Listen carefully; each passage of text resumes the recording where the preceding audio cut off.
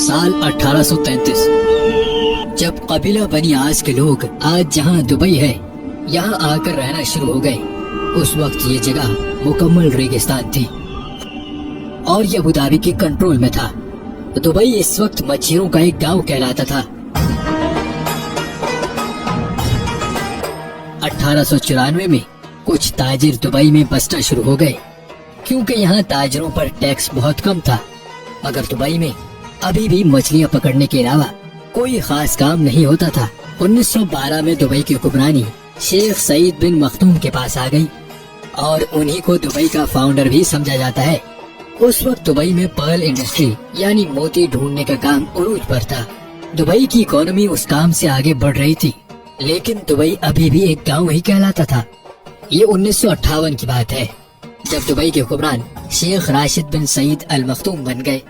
यही वो इंसान थे जिन्होंने दुबई को एक गांव से एक शहर बना डाला। उन्होंने दुबई क्रीक जहां बहरी जहाज आकर रुकते थे उसको गहरा करवाना शुरू कर दिया। ये जगह बहुत छोटी थी और शेख राशिद बिन सईद जानते थे कि यहाँ बड़े और मॉडर्न बहरी जहाज आकर नहीं रुक सकते। उन्होंने इस प्रोजेक्ट पर बहुत ज्यादा पैसे लगा दिए, इतने पैसे कि ये दुबई की सालाना आमदनी से भी ज्यादा पैसे थे। इसके लिए उन्होंने कर्जा भी ले लिया। ये एक बहुत बड़ा रिस्क था, लेकिन शेख राशिद जानते थे कि इस प्रोजेक्ट से दुबई की इकोनॉमी पर बहुत गहरा असर पड़ेगा और ये प्लान वाकई में कामयाब हो गया। अब दुबई में बड़े साइज के बहरी जहाज भी आकर रुकने लगे। इससे दुबई में गोल्ड मार्केट भी फैलना शुरू हो गई।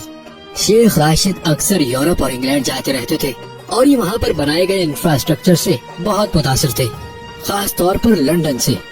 उनको लंदन की सड़कें और वहाँ पर बनी हुई अंडरग्राउंड ट्रेन सिस्टम बहुत मुतासिर करता था। उनके दिल में भी ख्वाहिश थी कि दुबई एक दिन ऐसा ही मॉडर्न शहर बन जाए। शेख राशिद ने दुबई को एक शहर की शक्ल देना शुरू कर दी। साल 1959 में उन्होंने दुबई में एक मॉडर्न एयरपोर्ट भी बनवा दिया।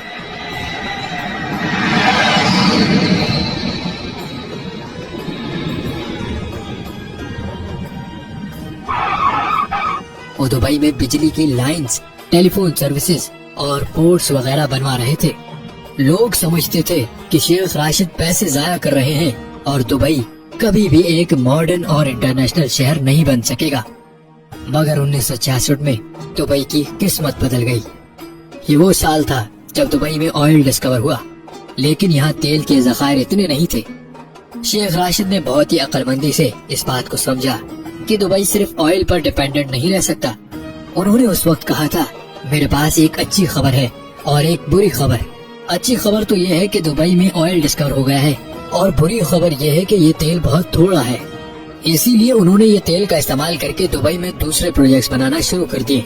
उन्होंने दुनिया भर से बड़े बड़े इंजीनियर्स और आर्किटेक्चर्स को बुलवाकर दुबई को मजीद तामीर करवाना शुरू कर दिया।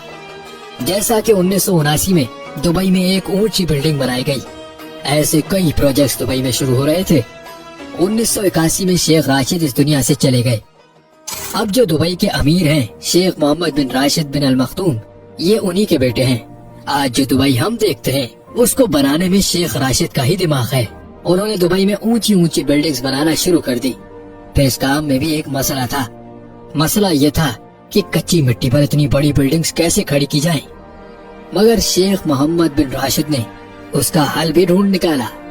शेख मोहम्मद बिन राशिद ने महसूस किया दुबई के अतराफ पहाड़ वी शेप में बने हुए हैं, यानी यहाँ जरूर कभी पानी मौजूद होगा जो पहाड़ों की शेप कटी हुई है। उन्होंने यहाँ ड्रिलिंग करवाई और वहाँ वाकई में पानी मौजूद था और यही पानी दुबई की ऊंची ऊंची बिल्डिंग्स खड़ा रखने में काम आया। जहाँ बाकी अरब ममालिक जो तेल की दौलत पर अपना मुल्क चलाते हैं, वहीं शेख मोहम्मद बिन राशिद जानते थे दुबई को तेल पर जिंदा नहीं रखा जा सकता। आज भी ऑयल दुबई की इकोनॉमी में सिर्फ 1% कंट्रीब्यूट करता है, बाकी 99% पैसा दुबई कारोबारी सरगर्मियों से कमाता है। शेख मोहम्मद बिन राशिद की विजनरी प्लानिंग और अक्लमंदी की ही वजह है कि दुबई इतना अमीर शहर है। उन्होंने दुबई में ऐसी ऐसी चीजें बनाना शुरू कर दी जिनकी वजह से पूरी दुनिया का ध्यान दुबई की तरफ होने लगा। जैसा कि दुनिया की सबसे ऊंची इमारत बुर्ज खलीफा, दुनिया के बड़े बड़े मॉल्स में से एक दुबई मॉल, आलिशान होटल्स और आर्टिफिशियल आइलैंड। दुबई की एयरलाइन एमिरेट्स एयरलाइन, ये दुनिया की बेहतरीन एयरलाइंस में से एक है। ये सारी अट्रैक्शंस थी जो लोगों को दुबई खींच कर लाती रही। दुबई में बहुत से फ्री जोन्स भी हैं जहां हर किस्म की टैक्स छूट दी जाती है, जो दुनिया के बड़े बड़े बिजनेसमैन की तवज्जो अपनी तरफ खींचती है। ये फ्री जोन्स दुबई की इकोनॉमी का 20% हिस्सा बनते हैं, जहां तकरीबन 1.5 करोड़ के करीब लोग नौकरी करते हैं।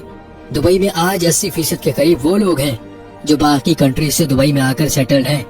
आज दुबई में वो लोग भी हैं जो मेहनत करके पैसे कमाकर अपने प्यारों को वापस घर पैसे भेजते हैं, और वो लोग भी हैं जिनके पास बहुत सा पैसा है। दुबई में हर वो सहूलत मौजूद है जो दुनिया के बड़े बड़े मिलियनर्स और बिलियनर्स को अपनी तरफ लाती है।